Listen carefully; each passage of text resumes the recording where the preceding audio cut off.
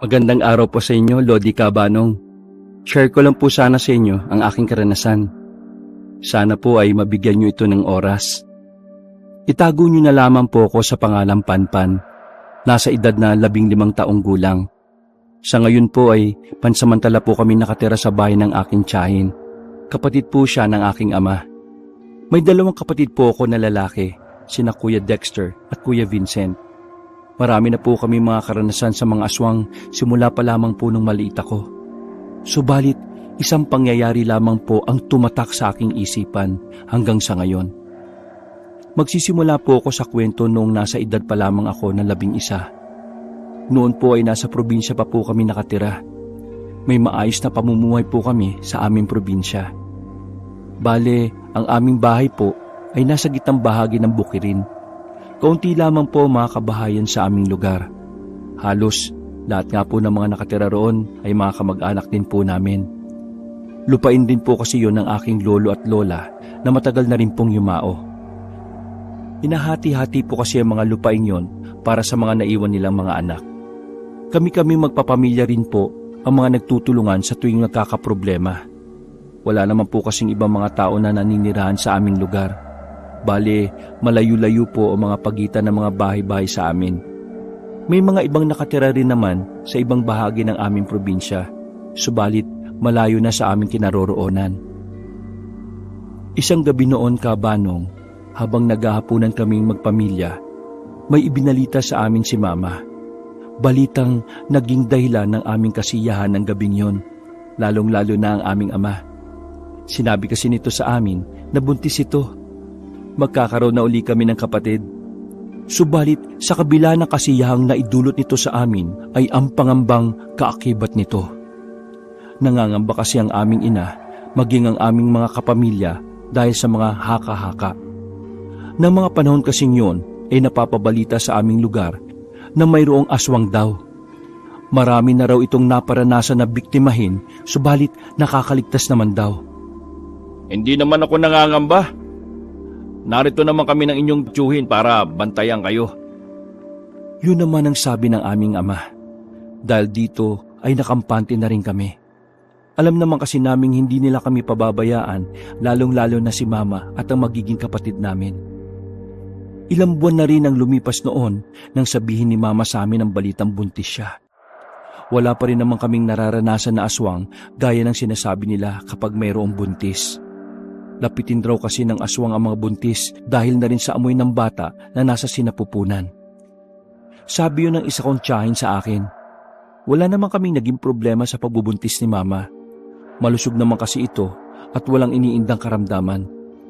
Datapwat sa ating mga buhay ay hindi maiiwasan ang mga bagay-bagay. Mabilis pang lumipas sa mga araw. Humantong sa puntong nakaranas na kami ng kakaiba.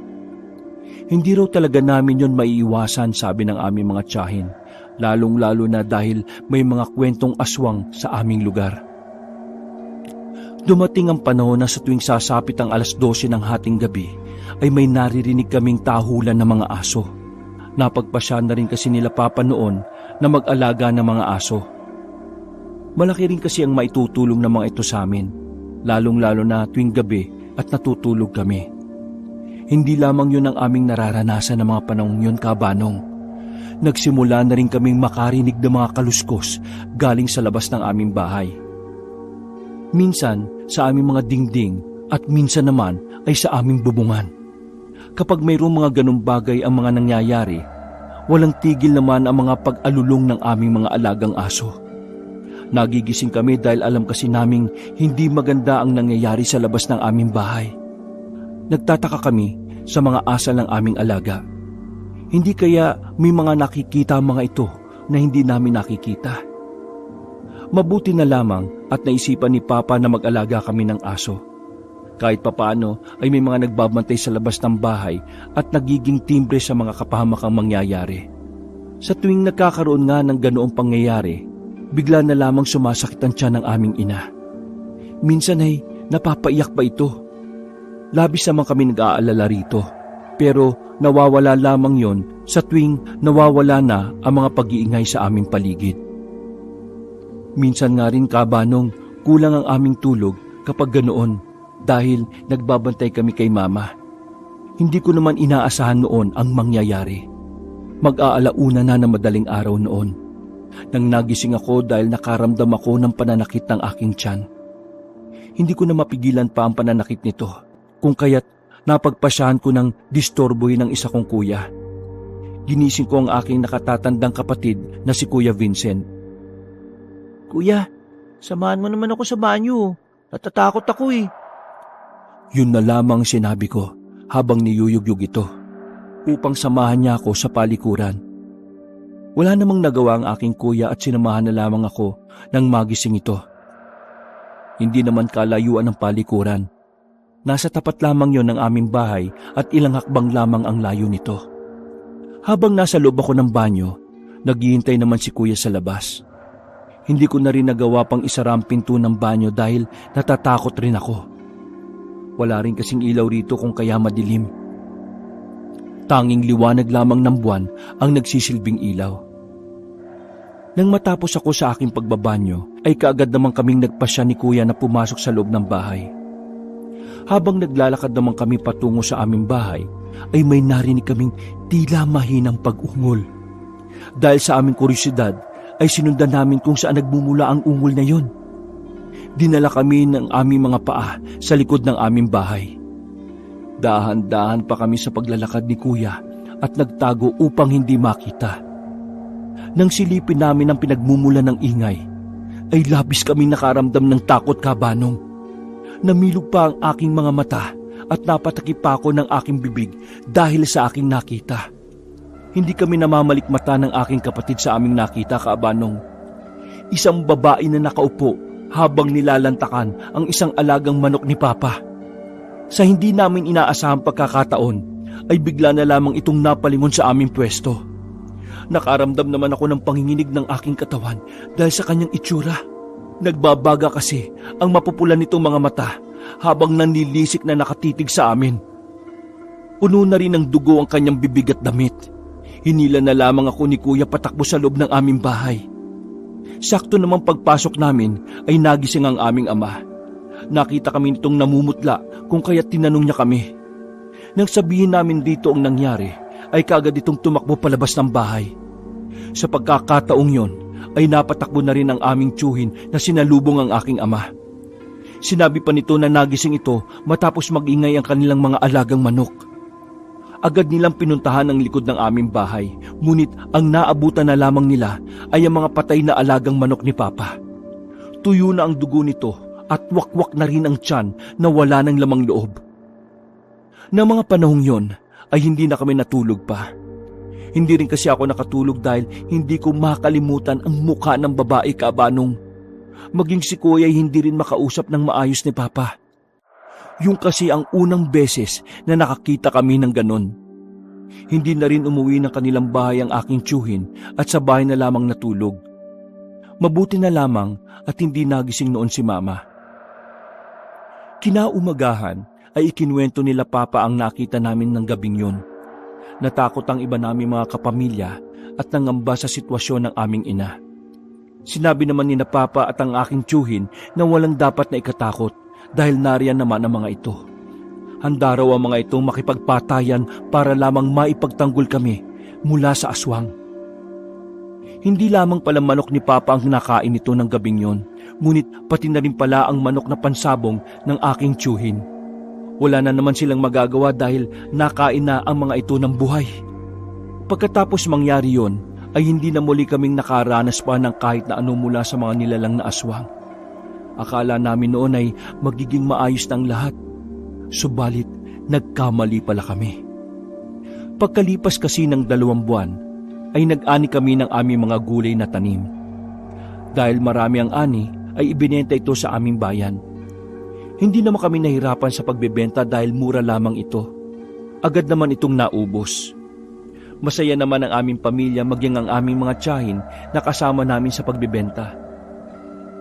Nang maubos naman ang aming mga paninda noon, ay kaagad rin naman kaming umuwi. Nauna na kami ng aking mga kapatid na umuwi sa aming tahanan. Medyo may kadiliman na rin kasi noon at inaasikaso pa nila ang aming mga dinala sa pagbebenta. Nilakad lang namin pauwi. Wala nang masakyan ng mga ganong oras. Nasa kalagitnaan kami noon ng aming paglalakad nang makaramdam kami ng kakaiba. Madilim na rin kasi noon. Sa pagkakatanda ko ay 6:00 na yon ng gabi. Tanging flashlight lamang ang aming nagsilbing ilaw sa daan.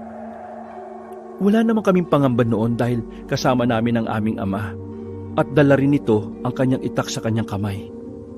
Hindi namin noon inaasahan ang mangyayari. Napahinto kami sa aming paglalakad. Humigpit naman ang pagkakahawak ng aking ama sa aking kamay at sa kabila naman ay ang kanyang itak. Sa hindi kalayuan na aming madaraanan ay may nag-aabang na 2 malaking aso. Natatakot kami noon ng aking mga kapatid dahil sa aming nasasaksihan. Nanlisi kasi ang mga nagbabaga nilang mga mata at tila galit na nakatitig yun sa amin. Pinagsabihan naman kami ng aming ama na humakbang paatras at bumalik na lamang sa aming pinanggalingan. Hindi na namin naisip noon kung gaano kalayo. Ang mahalaga sa amin ay ang makabalik at makaligtas. Subalit sa kasamaang palad ay mabilis na napatakbo ang isang aso. Hindi na namin nagawang humakbang pa matapos bantayan nito ang aming daraanan. Napapagitnaan na kami ng mga ito. Wala na kaming nagawa kabano kung hindi magpatuloy sa paglalakad. Sinabi na lamang sa amin ng aming ama na huwag titigil sa paglalakad at kung susugod man ang mga ito ay tumakbo na lamang kaming magkakapatid. Napatangon na lamang kami sa sinabi nito. Ilang sandali pa, nasa ganung posisyon kami nang may marinig kaming may tinig na nagkukwentuhan. Marahil ay ang aming mga tiyuhin at tiyahin na yon. Tumakbo naman palayo sa mapunong parte ang 2 malaking aso. Oh, bakit narito pa kayo at naabutan pa namin kayo? Tanong naman sa amin ng isa kong tiyuhin. Naging tikom lamang ang aming mga bibig na magkakapatid. Si Papa lamang ang nagkwento ng nangyari sa amin. Habang naglalakad, ay ramdam naming may sumusunod sa amin sa itaas, ngunit pinabayaan na lang namin yon. Pagkarating ng bahay ay isang malungkot na balita ang sumalubong sa amin. Nakuna ng aming ina matapos na sumakit ang kanyang tiyan at walang naiwang tao sa bahay para tulungan ito. Mabuti na lamang ay naabutan ito ng kumadronang si Lola Emmy dahil kung hindi, maging si Mama ay maaring namatay na rin. Malungkot man ang nangyari kabanong ay tinanggap na lamang namin na nawala ang aming kapatid. Nang gabing yon ay may narinig kaming tik-tik, ngunit hindi rin naman nagtagal. Matapos ang araw na iyong kabanong, wala na kaming naranasan pang aswang. Nilisan na rin namin ang aming probinsya matapos makahanap ng trabaho si Mama at Papa sa lugar ng aking tiyahin kung saan kami namamalagi hanggang sa ngayon. Wakas.